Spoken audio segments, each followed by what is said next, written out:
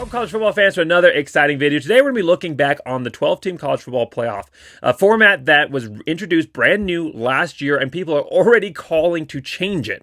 We're going to be looking at some of the things that were said about the 12-team format coming into the playoffs and then during the playoffs itself, and then we'll look at some of the issues, because I think there are some actual issues with this format that are valid, that do need to be changed, and we're going to look at those problems and how those can be fixed. So starting off right off the bat, some of the predictions that were made about the 12-team playoff format before it even took place. The moment that it was announced, everyone in the media wanted to have their say, and some of those voices came out and made some very, very strong predictions, not all of which came true. And one of the first ones was Urban Meyer. Urban Meyer said the SEC will dominate this new format, predicting 5 to 6 teams in the CFP. This prediction, of course, not coming true in the slightest. Only 3 SEC teams making it into the playoffs this year. Of course, Tennessee, Georgia, and Texas. And they only won, of those 3 teams, they only won one game. The SEC was outscored in the playoffs 124 to 80. Over a 40-point spread outscored in the playoffs. They were completely blown out. They're close. Their only win came against the Big 12 team, against a team that a lot of people said didn't have a strong chance at all. And the Arizona State almost beat Texas, came down to a single possession, and that was their one win. A Big 12, lowly Big 12 that has taken a lot of abuse from the quote-unquote Power 2, the Big 10 and SEC, a lot of teams. I mean, Arizona State, a team that was said, you're not worthy to move up and join the likes of Oregon and Washington moving, and USC and UCLA to the Big 10. And that is the team that almost took down the SEC and kept them from winning a single game. That was their one win. So certainly that prediction not coming true. And again, when we go through some of these predictions, it's important to note the things that were said, because these are the same people with their platforms that are going to tell you that the 12-team format doesn't work, that we need to expand to include more SEC teams. They're going to that the SEC is somehow so deserving of additional slots that the rest of college football should just be lucky that they're getting to be included in the SEC Big 10 party. And again, I want you to keep all of that in mind, because those are the same people that said those things and are going to say those things, and this is how their predictions turned out this year. And I think the results clearly demonstrated that the SEC does not have any greater right to the college football playoff system than any other team, than any other conference. Yes, the SEC, certainly, Big 10, both of those conferences certainly do hold the majority of the top programs. But when it comes down to the college football playoff system, which is a representation of the entire college football world, anything can happen.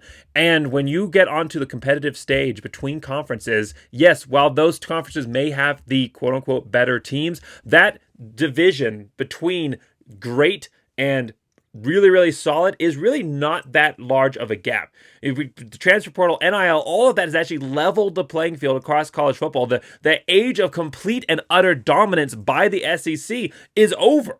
Any conference, any team can now stand up because of the opportunities given by the transfer portal and by NIL. Any conference, any team is able to stand up and play on a similar playing field. And there's a lot of other things that can go into making that playing field a lot more even, such as home field advantage that was given to a lot of teams during the playoffs. So the SEC theorem that they are so much better and deserve so much more than any other college football team or conference has been proven unequivocally false in this format. Again, 3 teams got in, they won one game, and were outscored by 40-plus points. The second point that was made here, and this was made by Nick Saban, was that the first round bye is not an advantage. And this, he said, I definitely would rather have home field advantage and play a game at home than have a bye. And he stated the disadvantage of the amount of downtime, and that was certainly proven true. All 4 teams that had first round byes lost their game. Every single one.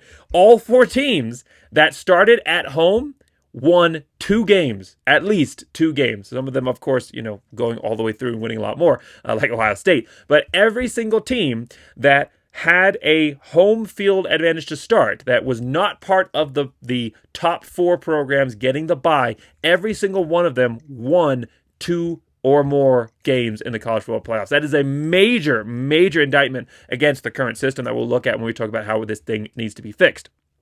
And then the third point made by everyone's favorite SEC talking head, Paul Feinbaum, said in regards to the group of five, there's no way they can compete. They are simply going to be sacrificial lambs. And to get to this point, by the way, again, this is supposed to be a journalist, right? Someone who in the name is supposed to be somebody that goes out and looks and investigates, looks at all of the facts available, considers the bigger picture, right? Not when it comes to SEC bias. That doesn't exist. It's only self-confirmation bias. That's all you're looking for. You're not looking for the facts. You're looking for the fact, the one fact that you can use to then be the kernel of truth to spin your web of argument around and try and present something that backs up your previously conceived point of view. And so his entire basis for this was Liberty getting blown out by Oregon, okay? In the weirdest year ever for college football when it came to the group of five, in a situation that Liberty would never have gotten in otherwise, where the best team in the Mountain West had 5 losses, where the AAC champion had 3 losses, right? 2 or 3 losses with SMU. There was nobody, the best team in the Sun Belt was disqualified because of joining the FBS recently. They weren't eligible. So all of those things had to take place for a Liberty team, which had played the worst schedule in college football, to be able to get to the playoffs. That was not going to be the case every year. It had not been the case previously, and it was not going to be the case going forward. There were always going to be other better options who had played tougher teams that were going to be ranked higher. Liberty getting in was an anomaly, so they were all, first off, not representative of what the group of five in general produces, the level of product that the group of five will produce. And then the team that they played was the toughest team that any group of five team had played in the New Year's Six Bowl BCS era ever. It was an Oregon team whose only 2 losses were to Washington, who came in second in the national championship. They were basically the 3rd ranked team in the country, and they had Bo Nix, and everything that he has done in his incredible rookie season for Denver. So all of that to say, that was a complete anomaly, and he used that 1 year to build his entire perspective, his entire outlook on how the playoffs were going to play out for a group of 5 teams from here into eternity. Absolutely delusional take from Paul Feinbaum. And again, just another example of what the SEC brain rot will do to analysts in the media market. And it was proven completely false. It was proven completely false. Boise State versus Penn State was really the 3rd most competitive game in the CFP when you look at the entire game as a whole. I know that the final score, a 17-point victory, certainly not within a couple of scores or within a score like ASU was. But when you look at the competitive nature of that game, Boise State final total yards outperforming Penn State 412 to 387. Boise State hurt by the bye effect. Obviously, there was a major missed offensive pass interference that had a major dynamic in shifting the game itself, and then also self-inflicted penalties by Boise State. Really, if you watch that game, Boise State hurt themselves more than Penn State hurt Boise State. All of that to say, whether you think that it was one of the most competitive games or not, and obviously I have my Boise State bias and I own that, I know that. However, whether you accept that or not, you cannot say that they did not compete. It was certainly, if you watched that game, it was certainly a competitive game for the majority of that matchup. They were not sacrificial lambs, and they were certainly competitive. And so, again, I want you to keep these predictions in mind, especially the 2 ones that proved absolutely false that favor the SEC, because again, those are going to be the people that tell you the SEC somehow deserves a bigger piece of the pie when they have done nothing to earn that. And the way that college football is going with NIL and the transfer portal, draining the rosters of these top teams, because the thing that sets top teams apart is not their starting lineup, it's their depth. And that depth is running away to other markets where they can be the starter, where they can earn that money up front due to the ease of the transfer portal and due to NIL opportunities. So you are going to continue to see the playing field field leveling across all levels of college football, not just FBS, not just the Power Four, but also Group of Five to Power Four. You're going to continue to see that gap shrink, and the SEC's age of dominance is over in the college football world. I'm not saying that they may not produce national champions. They will, and they will certainly continue to recruit among the top level recruits in the country. But at the end of the day, when you start putting them into a playoff format like this, where you have to grind through multiple different teams, multiple layers who've had time to prepare for specifically just you, that advantage is not going to be as strong, and other programs are going to be able to compete, as we saw this year and as we will see going forward. And that leads us to the biggest lie that was told about the college football playoffs this season during the college football playoffs. The lie that schools like SEC schools like Alabama, South Carolina, Ole Miss were somehow more deserving than the teams that actually made it into the college football playoffs. And the major megaphone mouthpiece for this talking point was none other than SEC Ole Miss head coach Lane Kiffin. And early on, he was certainly very, very active with that megaphone on Twitter, getting his perspective out. After the Notre Dame 10-point win over Indiana, he tweeted out, "Really exciting competitive game, college football playoffs, great job." And then after the Penn State blowout over SMU, he tweeted out, "Way to keep us on the edge of our seats, committee, riveting." However, the greatest thing to happen in the college football playoffs happened right after those tweets were sent, because Ohio State demolished Tennessee, one of the top teams in the SEC, demolished them. 42-17, arguably the least competitive game in the entire college football playoffs was between Ohio State and Tennessee. The SEC representative being the sacrificial lamb to the Big Ten in this circumstance. And then Notre Dame destroying Georgia 23-10. Texas barely winning against the much maligned Big 12 to get their only win. And again, only winning that game by 8 points. And then, of course, Texas itself, the best team in the SEC, losing in a completely uncompetitive match against Ohio State 28-14. Now let's look, okay, maybe there were better teams in the SEC to represent. Alabama lost by 6 points to Michigan in their bowl game. South Carolina lost by 4 points to Illinois. Ouch. That's not good. And then, of course, Ole Miss won their game against Duke. So to Lane Kiffin's credit, he did back up a little bit of his credibility there with an actual performance on the field against a Duke program from the ACC. Not that that says very much. However, again, these are all the points that are going to be made. So when I'm saying that the college football system does need to change for the playoffs, I'm not saying that we need to change it to get more teams from the SEC in. That is going to be the biggest change that is recommended by these talking heads who clearly have a agenda-driven point, and they're not going to pay attention to anything that has happened or any of the facts that are indicating what will happen. They only care about getting more of their money markets, more of their media biased teams into the playoffs. That's all. It's not about the actual facts. So let's look at some actual facts about the college football playoffs and some actual issues that the college football, that the athletic directors would do very, very well to actually make these adjustments, because I think it would make the system far more competitive and entertaining. So the first issue, the actual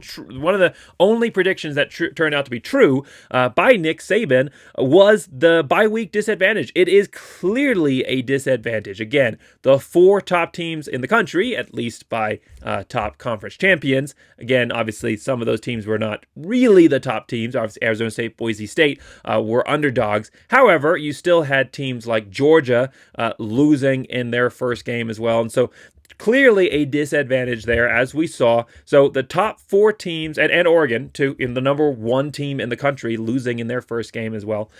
It's clearly a disadvantage. It's too much time off. The rust sets in, and you don't have any momentum coming into that matchup. Whereas your opponent has just, a couple weeks ago, played their first game, and now they're coming in with momentum from a home field, energized environment coming in to play you, and you're coming off of a 25 days off. Boise State had 25 days off between the Mountain West Championship and getting into the playoffs. 25 days off. That is basically restarting your season. You're basically in week one mode, and we definitely saw it. I mean, the biggest reason that Penn State won that game was because of that early rust. They got 2 quick touchdowns on Boise State, and then the game after that was a completely different game. But that 14-point advantage, it proved enough to keep Penn State in the game and eventually able to win it. And we saw that with a lot of other teams as well. So that 25 days off, it's too much. It is just too much. The bye week disadvantage is real. So here are some solutions that need to take place to make this a better system and not to punish teams that are in the top section of the rankings.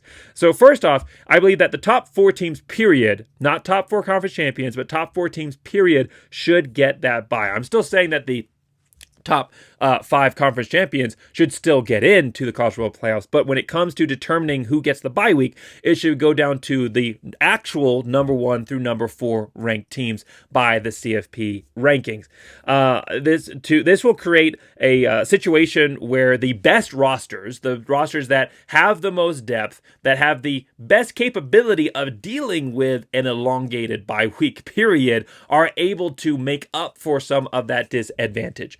Again, when you have a team that's already at a disadvantage because they are coming in as an underdog with a lower rated roster, at least from a recruiting perspective, and then you add in the disadvantage of 25 days off, it's just too much, and it's too much of a disadvantage. So that's the first thing that needs to happen, and I think that would create a much fairer system in general anyway, for the top 4 teams, period, to get that spot. The second thing is that all games need to move up.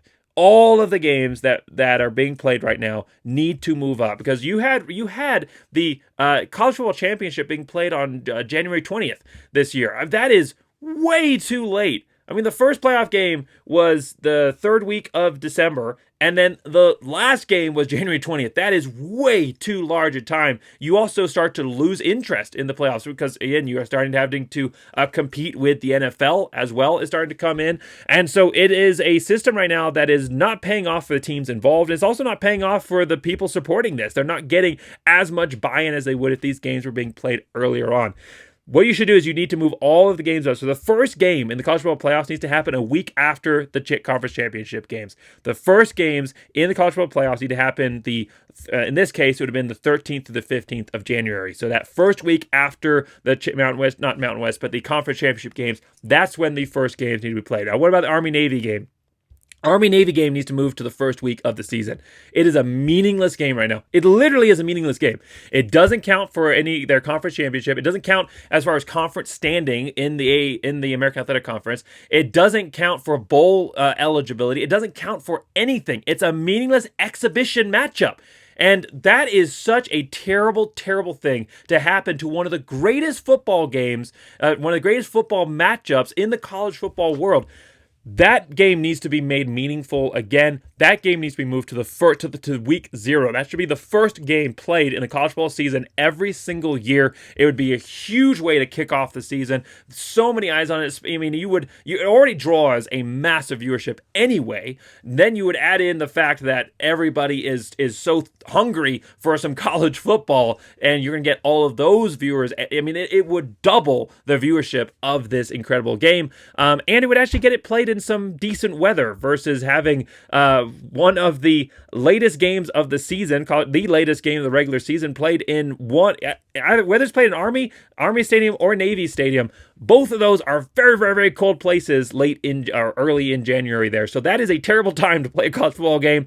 Moving it into the early weeks of August would make it a much more entertaining game as far as the weather goes, and also at the same time making it a more meaningful matchup. And so move all the games up, move the Army-Navy game to week 0 of college football, make that a meaningful matchup, and the first games then take off January 13th to the 15th. So the first games take place a week after the conference championship. The quarterfinals take place the few days before Christmas there. The third semifinal games take place the third week then after the conference championships, January 27th to 28th range, and then the national championship would have been taking place in this case around January 4th timeframe.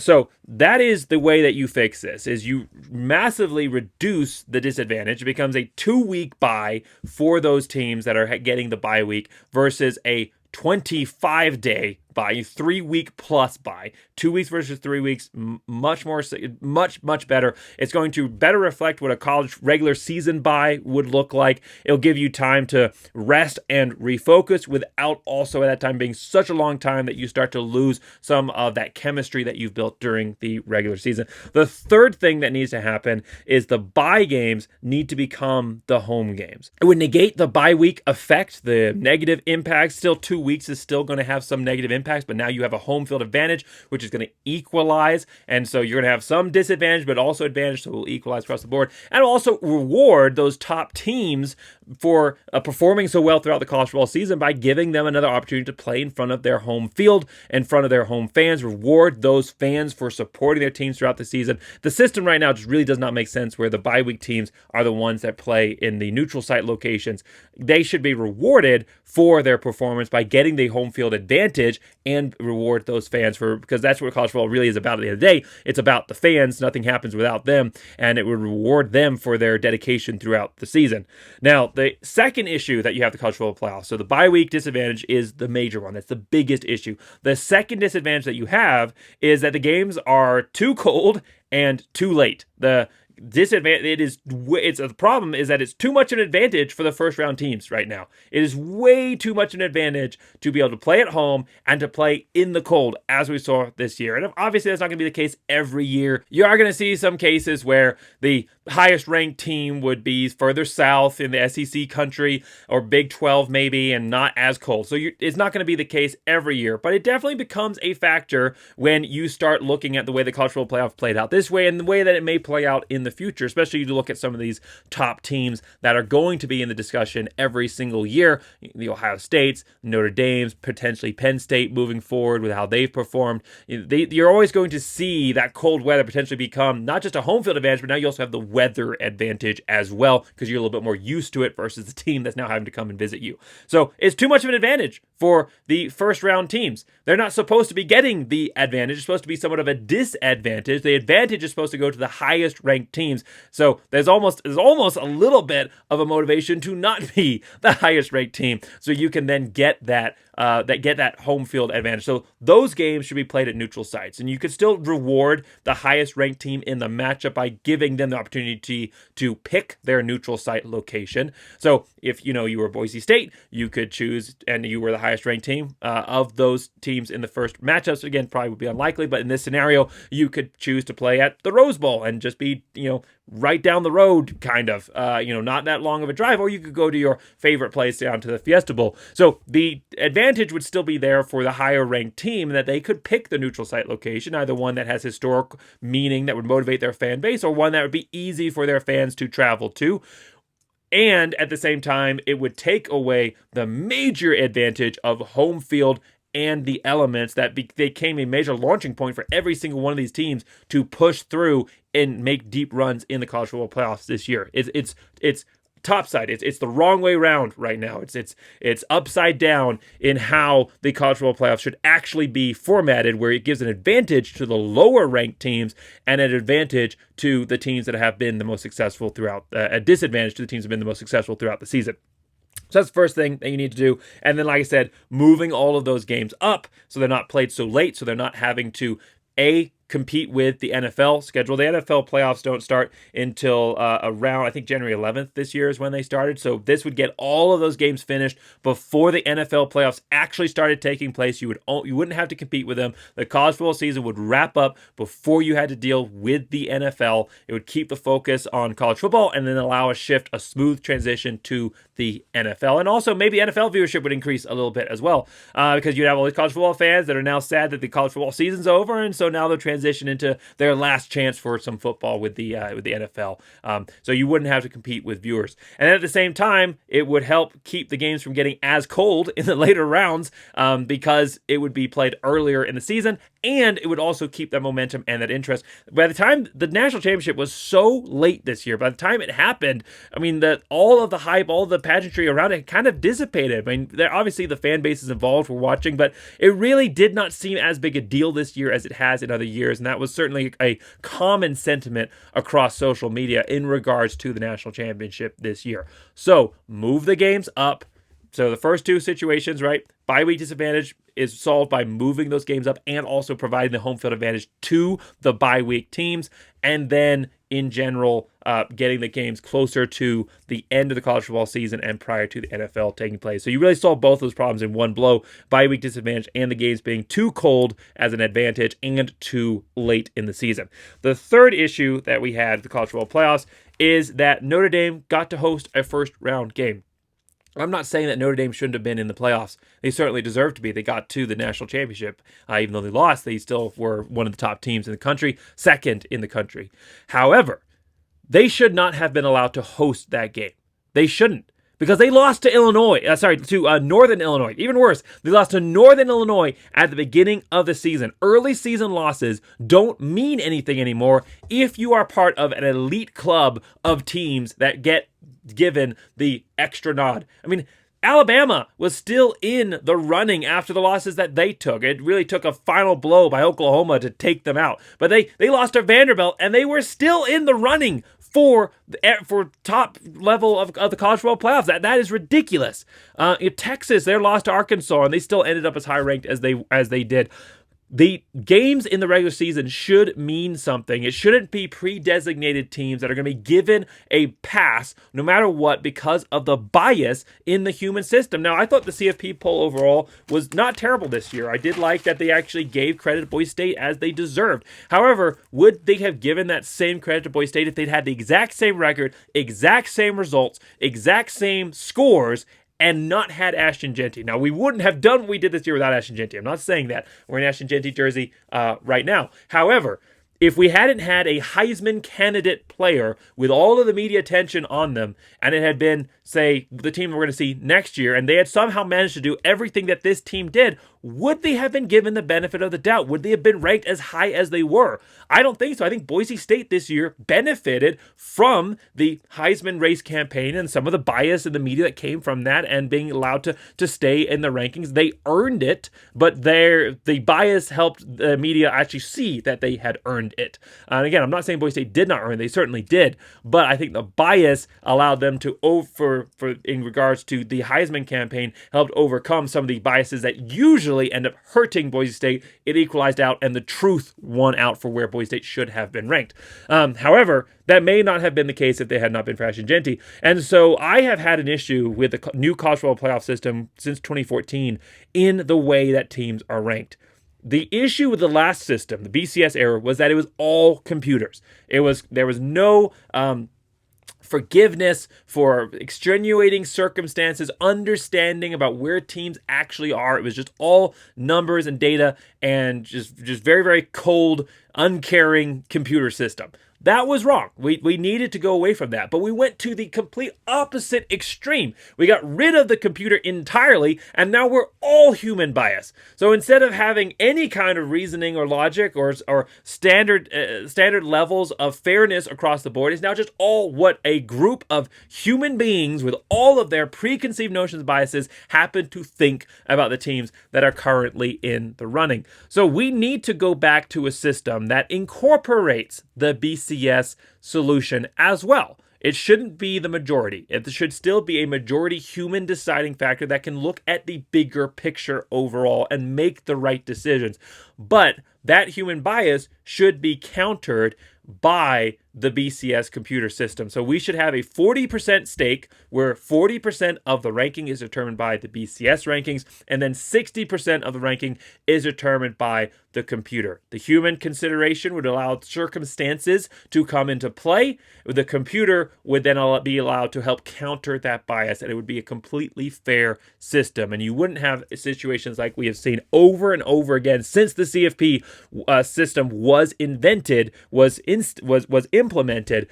We would not see those situations happen over and over and over again, where completely and obviously biased teams or biased decision making is used to influence which teams get to have this opportunity at the highest stage of college football. So that's the video. That's the wrap. Thanks so much for watching.